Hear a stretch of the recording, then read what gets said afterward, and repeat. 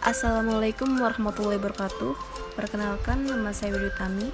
Di sini saya akan menjelaskan materi topik 9 mengenai penulisan permintaan pesan-pesan rutin dan positif. Pesan rutin yaitu penyampaian pesan yang berkaitan dengan kegiatan bisnis sehari-hari yang bersifat rutin, penting, dan segera. Pesan rutin umumnya pendek dan sederhana. Pesan rutin juga sebaiknya disampaikan melalui pendekatan langsung. Nah, jadi pemesanan produk baru kepada suatu perusahaan, pengiriman produk, pemberitahuan kebijakan insentif bagi karyawan, pemberian penghargaan bagi karyawan, atau pemberian ucapan selamat kepada karyawan, itu merupakan kegiatan-kegiatan rutin dalam bisnis. Selanjutnya ada strategi permintaan rutin. Yang pertama, menyatakan permintaan atau pesan sebagai pembuka, atau menyatakan dengan tegas apa yang diinginkan, apa yang ingin disampaikan dalam pesan tersebut. Dan dalam bagian pembukaan itu diharuskan memakai bahasa atau nada yang sopan, tidak menuntut dan bersifat personal agar orang yang membaca itu dapat memahami tulisan yang disampaikan. Terus juga harus menggunakan pendekatan langsung dan kemukakan permintaan secara spesifik sehingga mudah dipahami oleh pembaca. Dan yang kedua ada penjelasan dan alasan yang lebih rinci terkait permintaan pesan sebagai isi, di mana permintaan sudah disebut di awal tadi. Jadi pada bagian ini tuh menjelaskan detail-detail alasan dari permintaan tersebut, atau kenapa permintaan ini penting dan sebagainya. Dan apabila permintaan kita lebih dari satu dan ada banyak yang kita harapkan, maka kita bisa membuat perincian poin-poin permintaan ke dalam daftar permintaan.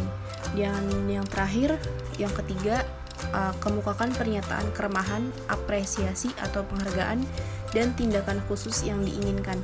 Jadi agar dapat memudahkan respon pembaca, lebih baik jika dicantumkan informasi penting yang dapat dihubungi seperti alamat kantor, nomor telepon, serta kontak informasi penting lainnya. Dan jangan lupa untuk ekspresikan rasa terima kasih atas respon dari surat yang kita kirim tadi. Lalu penulisan pesan-pesan positif. Pesan positif adalah pesan-pesan bisnis yang memberikan kesan menyenangkan kepada pihak lain. Ketika merespon secara positif, penyampaian pesan-pesan good news dan goodwill itu dapat menggunakan pendekatan langsung, karena pembaca pada umumnya itu tertarik atas apa yang ingin disampaikan. Komponen penting penulisan pesan-pesan positif. Yang pertama ada ide-ide pokok yang jelas. Jadi upayakan bagian awal penulisan pesan-pesan positif itu dimulai dengan pernyataan-pernyataan yang jelas dan tegas agar mampu menarik perhatian pembaca. Dan yang kedua itu ada penjelasan rinci. Penjelasan rinci itu ada di bagian pertengahan dari suatu permintaan pesan-pesan rutin, pesan-pesan positif, yang merupakan bagian penting karena dalam penjelasan rinci itu terdapat bahasan terbesar atau penjelasan yang cukup rinci mengenai pesan yang ingin disampaikan. Dan yang terakhir ada penutup surat yang diakhiri dengan sikap keramahan dan kesopanan sebagai sebuah bentuk apresiasi yang diberikan kepada orang lain. Selanjutnya pesan-pesan good news dan goodwill. Yang pertama good news tentang pekerjaan, di mana good news ini tuh surat yang menginformasikan kabar baik atau berita yang menyenangkan terkait kenaikan gaji, bonus lembur kerja, promosi jabatan, dapat penghargaan, dapat THR dan lain sebagainya.